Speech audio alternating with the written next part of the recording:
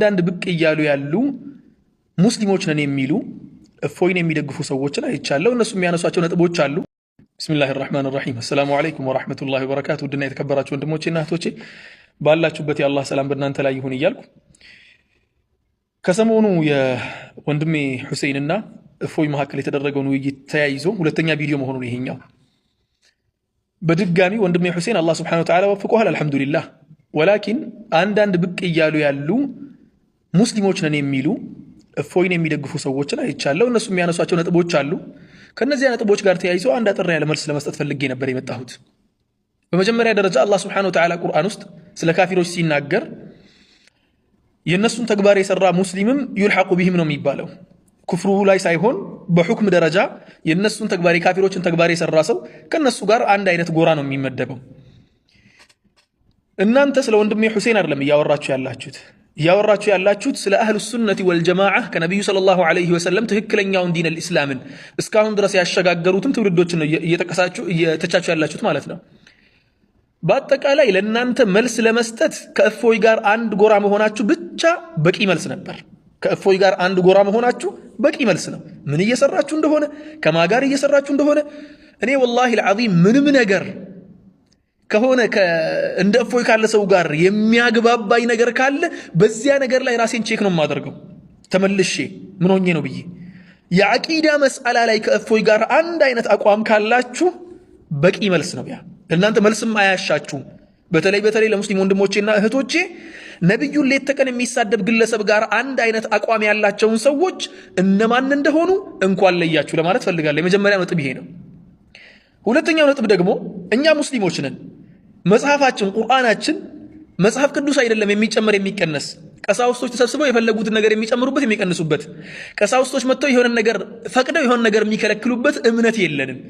የኛ እምነት ዲን አልኢስላም ከአላህ ዘንድ ነው የተላከው። ያመጡልን ነብያችን ሰለላሁ ዐለይሂ ወሰለም ናቸው። እሳቸው ባመጡት መልኩ ቁጭ አድርገን እናስተምራለን፣ እንማራለን። ማንም ተመቸው ማንም ጎረበጠው እንትናለው ጉዳያችን አይደለም። የተመቸው ይቀበለዋል፣ ያልተመቸው ደግሞ ፈመን ሻአ ፈልዩሚን ወመን ሻአ ፈልየክፉር ነው። ይተው፣ ችግር የለበትም። ኢስላም በማንም ከፍ አይልም፣ በማንም ዝቅም አይልም። ስለዚህ ኢስላማችን ሙሉ ነው። ከአላህ ዘንድ ሲመጣ አፕዴት የሚደረግ ወይ ደግሞ አፕግሬድ የሚደረግ ወደ ላይ እንትን የሚደረግ ነገር አይደለም። ከቁርአን የመጣ ነገር አለ፣ በሐዲስ የመጣ ነገር አለ። ባየነውና በሰማነው ቁጥር ነው የምንናገረው። ከዚያ ውጭ አንድ ስንዝር ጭማሩ አንሄድም። ሶስተኛው ነጥብ ደግሞ ከአላህ በላይ እውነትን የሚናገር ሰው አለ ብላችሁ ነው እናንተ የምታምኑት? የአላህን ቃል ጥርጣሬ ያለባችሁ እንዴ? በአላህ ቃል ላይ እናንተ ሙስሊም ነን እያላችሁ የእፎይን ንግግር እየደገፋችሁ ያላችሁ ሰዎች በአላህ ቃል ላይ ጥርጣሬ ያለባችሁ እንዴ? ከሌለባችሁ አላህ የተናገረውን ነገር መቀበል ለምን ከበዳችሁ? ሌላኛው አራተኛው ላይ የአላህን ንግግር ማሳመር መሞከራችሁ ምን ማለት ነው? አይ እንዲህ ለማለት የተፈለገው እኮ እንዲህ ለአላህ ነው ማስተካከያ የምትሰጡት እናንተ አላህን ነው የምታስተካክሉት? ማን ስለሆናችሁ? ስለ ራሱ በቅጡ የማያውቅ ግለሰብ ነው የአላህን ንግግር ማስተካከል የሚያምረው? አላህ ላይ በነገራችን ላይ ሌላ እምነት ውስጥ ሊቻል ይሆናል አላውቅም። አምላክ አድርገው የሚያስቡት ያስተማረውን አስተምህሮ ጳውሎስ መጥቶ ሲቀይር ማንም አልተቃወመም ጳውሎስን። ተግባባን? እንዲሁም መልእክተኛ አድርገው ነው የወሰዱት፣ ነብይ አድርገው ነው የወሰዱት ጳውሎስን ማለት ነው። ወላኪን ጳውሎስ መጥቶ ሲያስተምር ብዙ አስተምህሮቶችን ኢየሱስ ካስተማረው ውጭ ነው ያስተማረው። እኛ ውስጥ እንዲህ አይነት ነገር የለም በኢስላም ውስጥ አላህ የነገረን ንግግር እንቅጩ ናት። خلاص አለቀ። ከአላህ ንግግር በኋላ ሄደን ሼክ እንትና ምን አሉ የምንለው ነገር የለንም እኛ።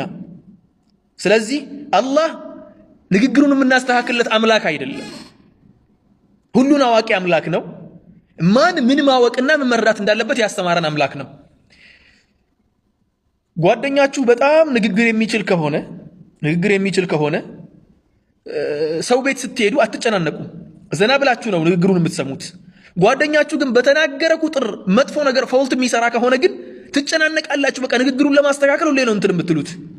እናንተ አሁን ለዚያ ጓደኛችሁ እንኳን ያላችሁን ክብር ለአላህ ቃል አልሰጣችሁም።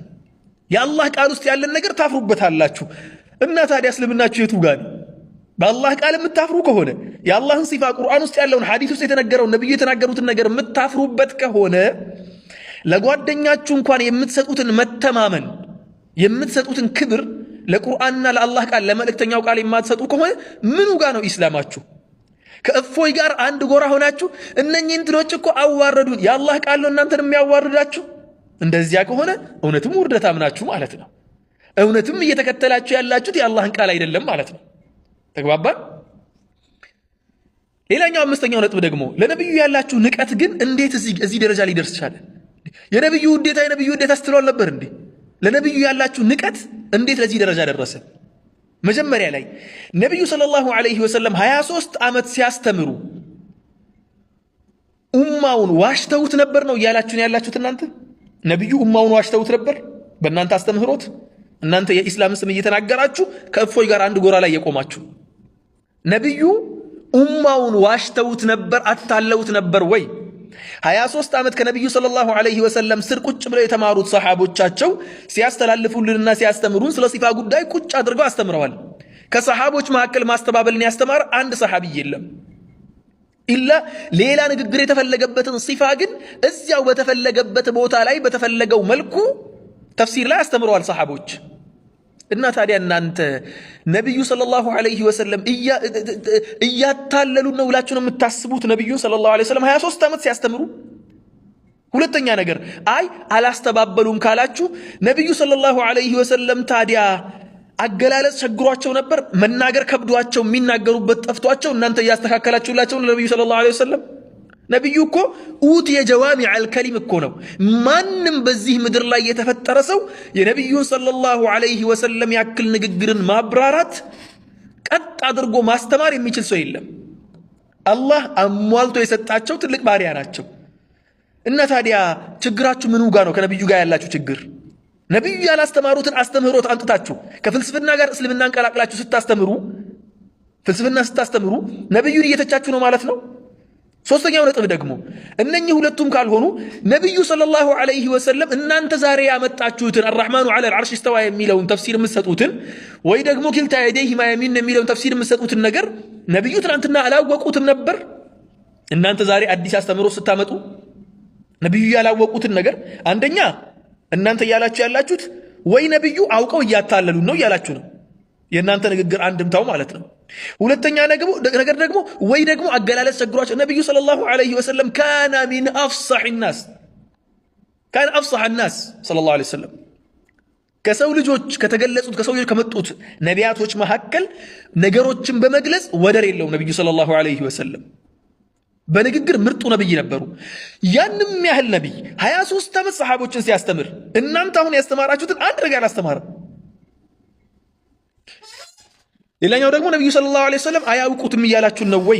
ሶስተኛው ነጥብ ከነብዩ ጋር ያላችሁ ችግር ምንድነው? እሳቸው ካላወቁት እናንተ ከየት አመጣችሁት? ታዲያ እሳቸው ካላስተማሩት እናንተ ከየት አመጣችሁት? አስተማሩት ካላችሁ ሃቱ ቡርሃነኩም አስተምረዋል እንደ የእናንተን ካላችሁ ነዓም ናእቲኩም ቢቡርሃን በአሐዲቶች እንመጣላችኋለን።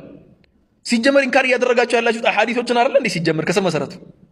ስለዚህ ከነብዩ ጋር ያላችሁ ችግር ምንድነው? ነብዩ ሲባል እንትን ከበሮ ሲመታ ብቻ ነው ነብዩ ትዝ የሚሏችሁ?